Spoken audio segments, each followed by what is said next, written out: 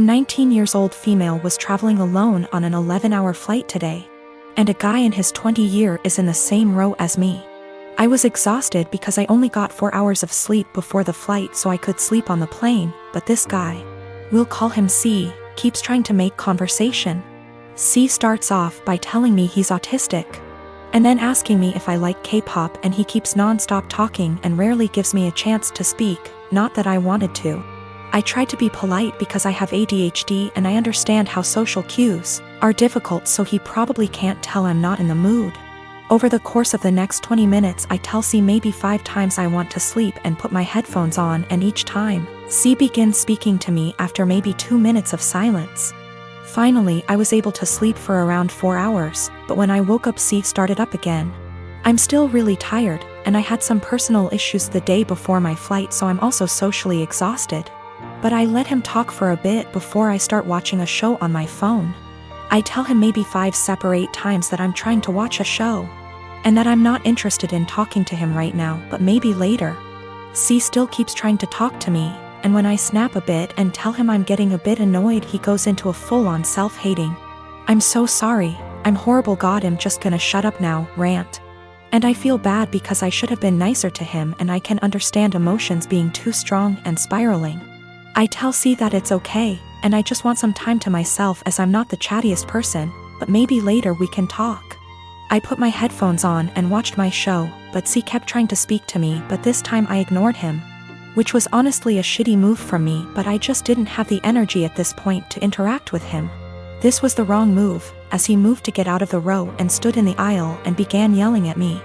I didn't catch everything he said, but it was along the lines of, "Why can't women believe not all men are bad? Some men are on your side. I'm a nice guy, why are you ignoring me?" He storms off to the bathroom, and I take that chance to ask a flight attendant if I can change my seat because he really freaked me out, and I didn't want to have a panic attack on a plane. The flight attendants were amazing and got my stuff and moved me far away from him. I feel like I'm TA because he does have autism, and I could have been more patient maybe, and ignoring him was a shit thing to do. I am a 28 years old female, and I do babysitting on the weekends to make extra cash. There is one family I definitely should have phased out by now, but the kids are cute, and if I don't have another job, it's easy money. My issue is, the mom is never home on time. She used to not give me return times, but finally I started asking as it made it impossible to get anything done on the weekends. I'd go babysit so she could go to brunch, but she'd be gone from 11 a.m. to 7 p.m. My whole day was gone. After that, she'd start giving me times but never stick to them. She wouldn't even call to tell me, she'd just stay out.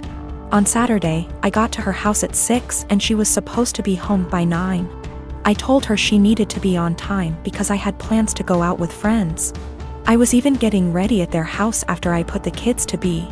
She promised. Of course, 9 o'clock rolls around and she's not home.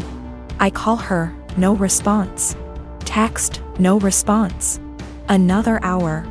Nothing. Still calling and texting. Finally, it is midnight. By this point, my plans are long ruined, but I'm pissed and exhausted. I call her and leave a voicemail saying if she's not home in the next hour, I'm considering the kids abandoned and calling the cops. I also text her this. I try calling her 30 minutes later and it goes to voicemail on the second ring. I text her again and she leaves me on read. If she had reached out saying, "Hey, I'm staying out until X time," I would have stayed. I don't know any of her family nor the father of the kids, so I can't call them. I gave her a grace period of 15 minutes and tried calling again, finally called the cops, non-emergency line. They showed up and I showed our agreement in text from earlier in the week confirming that she'd be home by 9. They tried contacting her, didn't answer. I was dismissed and they took the children to the police station. I go home and go to bed. I am awoken at 3 a.m. by a frantic call. It's her. Where are the kids? Why am I not here? I tell her I followed through on my threat, check the police station. She cursed me out, I hung up and went to bed. The next day, she sends me an essay saying the kid's father was called and there's a DCF investigation launched against her. She called me every name under the sun, but I didn't think I was wrong until I spoke to a friend with kids. She said I should have just waited it out and refused to ever sit for her again. She asked if her potentially losing her kids was worth me being petty. My husband Derek and I have been married for 3 years, together for 7 total. Several years ago, about 6 now, I guess, I worked closely with a male coworker, Paul, that Derek was never fond of. Paul and I never had an inappropriate relationship. Derek's jealousy wasn't completely out of nowhere. I get why he felt that way.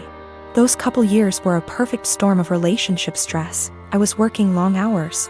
We were living apart after trying and failing to move in together. Our relationship was still fairly new. And then you add in a handsome coworker I had to spend long hours with and saw more than my boyfriend at the time. Paul was the source of several fights. Again, we never did anything that wasn't completely kosher. Eventually I told Derek he needed to trust me and get over it, or we were going to have to break up. He said he would stop worrying, and for the most part things were good. When Paul transferred out of state a few months later, things were really good. There were no worries at all, and our relationship has been amazingly strong ever since. This last weekend, my husband went out with a couple friends to some bars and a football game. When he came home, he was pretty wasted. We talked for a bit, and he mentioned how a friend of his had told him that he broke up with his girlfriend because she cheated on him. I commented on how that was a bummer and good for him for finding out before they got too serious.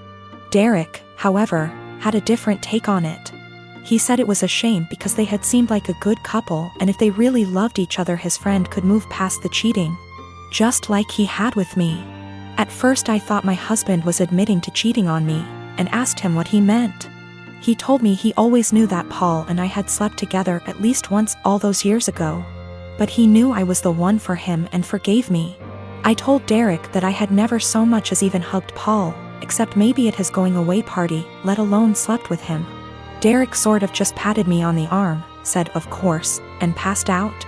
The next morning I asked him about the conversation and he said it was okay, he had forgiven me, it wasn't even an issue.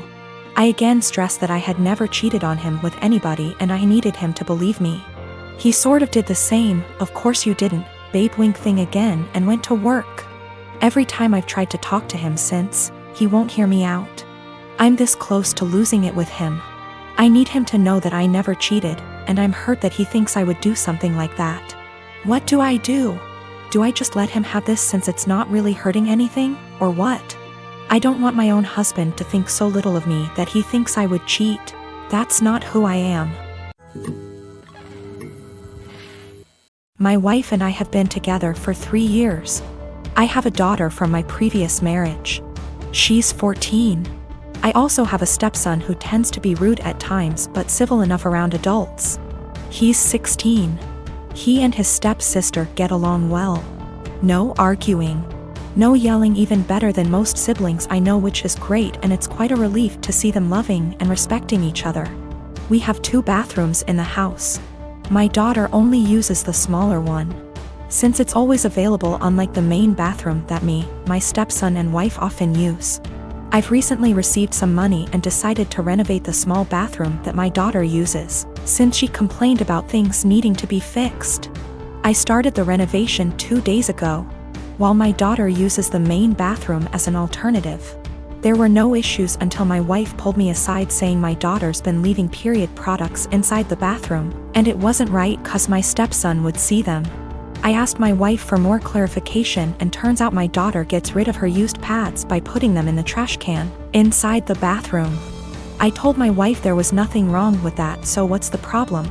She gave me a look, called me an ignorant, then dropped it. This morning she looked upset and told me my stepson went inside the bathroom after my daughter got out, and probably saw her used pads in the bathroom. I asked if she meant the trash can, and it was confirmed. She then proceeded to tell me to ask my daughter to stop using the main bathroom even though the small one is still in the process of being renovated. I absolutely lost my shit and told her she was making a ridiculously unreasonable demand. Told her it's my daughter's house too. Where is she supposed to go if she can't use both bathrooms? We started arguing back and forth until she said she'd talk to her, but I told her to stop it. She just kept giving me the cold shoulder for hours now, even though my stepson said nothing about this issue as she claims it to be. My wife said she was trying to be a parent, but I treat her as an outsider to my daughter. That's not true. I might have been harsh on her, but in my opinion she wasn't trying to parent, she was being unreasonable. I might be wrong, I just don't see her point.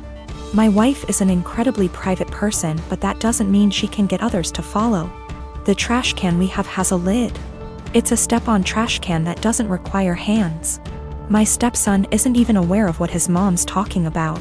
He can barely look around, he always has his phone glued to his face, and he doesn't pay attention to anything.